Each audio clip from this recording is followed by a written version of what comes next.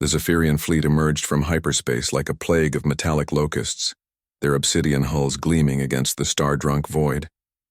Admiral Kethvar stood on his command deck, his 4 eyes fixed upon the blue-green marble that hung before them like a ripe fruit waiting to be plucked. In his 3 centuries of conquest, he had witnessed the submission of over 40 worlds. This primitive backwater would be no different. "Send the demand," he commanded, his voice a gravelly rasp that echoed through the bridge. The transmission burst toward Earth on all frequencies, translated into every known human language by their advanced linguistic processors. The message was simple as it had been for countless worlds before. Submit unconditionally. Surrender your governments, your militaries, your freedom. Become vassals of the Zephyrian Empire or face annihilation. Kethvar expected panic, perhaps desperate pleas for mercy or frantic attempts at negotiation. The humans had been observed for months, a chaotic species prone to internal conflicts, their technology primitive by galactic standards. Their chemical rockets were laughable compared to Zephyrian quantum drives. Their metal projectile weapons seemed quaint beside plasma weaponry. Instead, Earth fell silent. Hours passed. The Zephyrian fleet waited in formation, their sensors detecting unusual activity across the human world. Ships were moving but not fleeing. Military installations were powering up but not broadcasting surrender frequencies. Something was wrong. "Admiral," his communications officer spoke hesitantly, "we're detecting massive electromagnetic signatures from the planet's surface. It appears they're charging weapons." Kethvar's mandibles clicked in what passed for amusement among his species. "Weapons? Against us?" He gestured toward the viewport where his 300 warships hung in perfect formation, each one capable of glassing a continent. "Perhaps a demonstration is in order."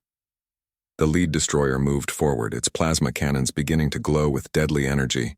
But before it could fire, something impossible happened. The stars around them began to move. "What in the name of the void?" Kethvar began, then stopped. They weren't stars. They were ships.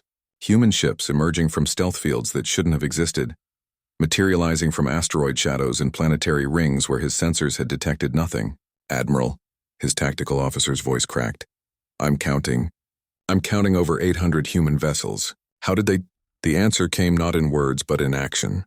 The human fleet opened fire simultaneously, and Kethvar realized with dawning horror that he had made a catastrophic miscalculation. These weren't the primitive projectile weapons his intelligence had reported. Streams of accelerated matter moving at significant fractions of light speed tore through space, guided by targeting systems that seemed to predict his ship's movements before they made them. Exotic energy beams lanced out, cutting through Zephyrian shields like they were made of paper.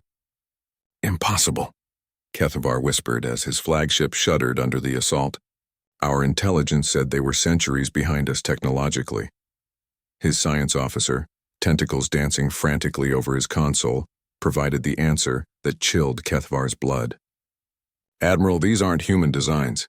The metallurgy, the energy signatures, they're using our own technology, improved versions of it." The truth hit like a plasma bolt to the chest. The humans had been ready. More than ready, they had been preparing.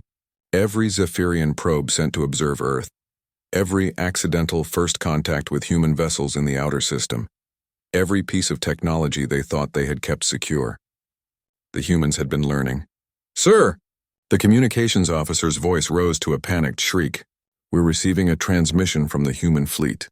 The main screen flickered to life, revealing a human female in what appeared to be a military uniform. Her expression was calm, almost bored, as if she were discussing weather rather than warfare.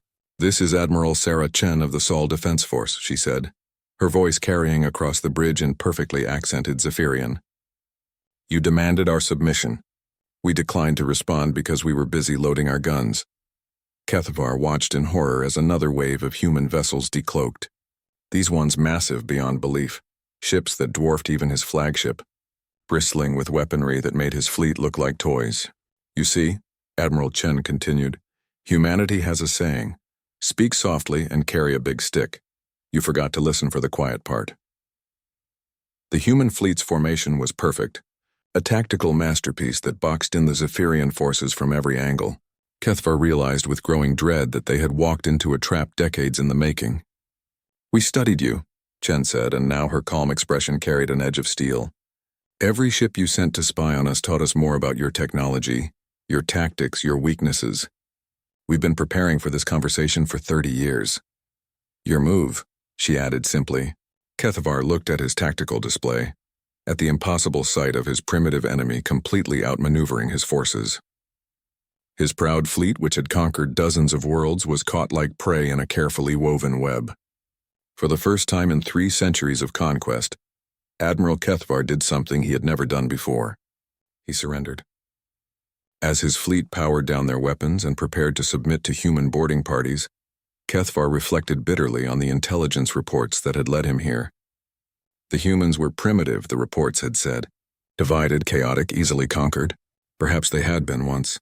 But in preparing to face the galaxy's predators, humanity had done what it did best. They had adapted, learned, and emerged stronger. They had taken everything their would-be conquerors could teach them and forged it into something deadlier.